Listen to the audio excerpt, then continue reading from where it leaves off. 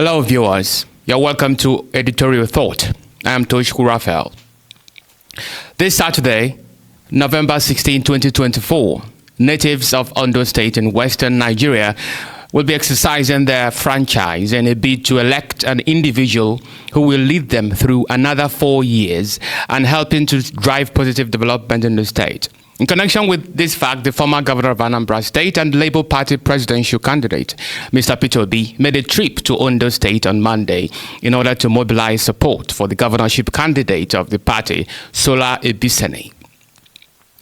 As a presidential candidate, it is customary and imperative to travel to subnational units to influence local politicking because, first of all, your influence tells about your power of persuasion. Then secondly, and more importantly, your influence determines your electoral success in the next presidential election. If, for instance, a presidential candidate or a political party succeeds in installing its candidate in a given subunit and the candidate performs excellently in office, then chances are that the political party or presidential candidate will clutch victory in the presidential election. So, in view of this fact, how much more influence could an individual like Peter Obi exert on subunits in Nigeria? Incontestably, Mr. Peter Obi already enjoys a personality cult across the country. However, since the end of the 2023 elections, Peter Obi has not achieved his dream of erecting his party leadership at the state level. Yes, of course, he has done that in Abia State through His Excellency Mr. Alex Oti. But you know, people will argue that Abia State gubernatorial election was held alongside the presidential election. This was a period when the obedient movement was at its peak. The wave of the movement automatically favored whomever was sponsored as the governorship flag bearer of the party, regardless of personality. So this could potentially be the reason why Governor Oti was able to win the election. Nevertheless, Peter Obi still struggles to successfully project his fame onto governorship candidates in various states.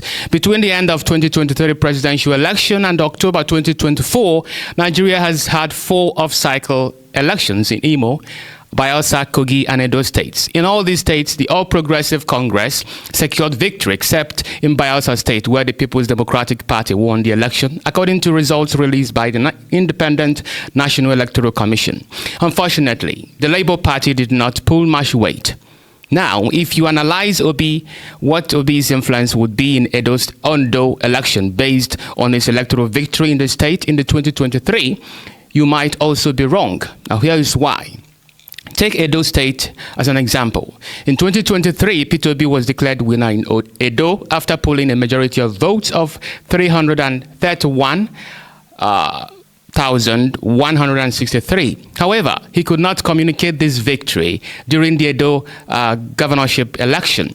Then in Ondo State, Bola Tinubu's APC pulled 61,944 votes to win the state, followed by the PDP that pulled 105,467. The Labour Party trailed along with 47,350, coming third in the state. In view of this fact, if the Labour Party could not win a governorship election in Edo State, where Mr. Obi had won in 2023, there is no way he could do so in Ondo State. It is instructive that the Nigerian political system throws up a touch of dynamism and uncertainty. No one factor plays a role in all political scenarios, but several factors such as money, personality, party structure, zoning, tribalism, and federal might could solely play a role in specific geographies or combine to influence particular elections. To give a few instances, the former governor of Anambra State, Willie Obiano, could be said to have won his first term in office by combined efforts of the popularity of the All Progressive Grand Alliance and the influence of the immediate past governor, Peter Obi. However, when Obi defected to PDP, Obiano's re-election relied on his appealing performance in his first term, as well as the dominance of APGA. In Imo State, Governor Hope Uzodinma, who came fourth in the 2019 election, was later declared winner by the Supreme Court. His victory, therefore, could be described as federal might propelled. In a Edo governorship election described as relatively peaceful, the candidate of the Labour Party was believed to win the election. But it was alleged that the massive vote trading staged by the APC lured the people to vote against their conscience. This is why Obi once more emphasized the danger of transactional politics during his campaign outing in Ondo State on Monday. He told the people of Ondo State that our democracy is in ruins because of the act of sacrificing our democratic values on the altar of money. In a country where over 100 million people are multidimensionally poor, transactional politics can only, but unfortunately, be the norm. So Peter Obi's campaign in Ondo State happened to fulfill all righteousness and to live out his conviction that a new Nigeria is actually possible. However, the chances of the Labour Party candidate to win the election in the state is very minimal or even non-existent. Experts have now analyzed that the Ondo election is primarily a contest between two candidates and their respective political factions. Lucky Ayedatiwa of the APC, who is also the current governor of Ondo State, and Abola Ajayi of the PDP. On December 27, 2023, Ayedatiwa was sworn in as governor of Ondo State after the death of his predecessor, Rotimi Akeredolu. Constitutionally, Ayedatiwa assumed office to complete the joint tenure of the late Akeredolu and himself, which will end in February 2025. Governor Ayedatiwa enjoys the dual advantage of federal support and the power of incumbency. He has also claimed the backing of workers and ordinary citizens in the state, citing his achievements in infrastructural development, public utility renewal, increased agricultural production, entrepreneurship, and youth development, job creation, and security improvement. Meanwhile, his rival, Abola Ajayi, is also formidable.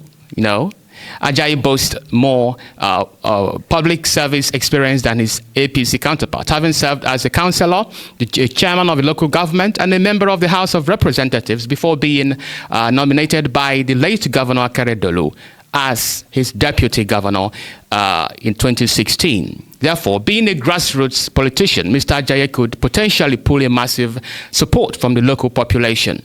As the election day nears, the winner remains uncertain. But one thing is indisputable. Aside of the PDP, no other party poses a major challenge to the ruling All Progressive Congress in the state. That's all I have for you on the editorial thought. I am Tochku Raphael. If you like this video, do not hesitate to subscribe to the Diaspora Digital Media for more stories. Thank you.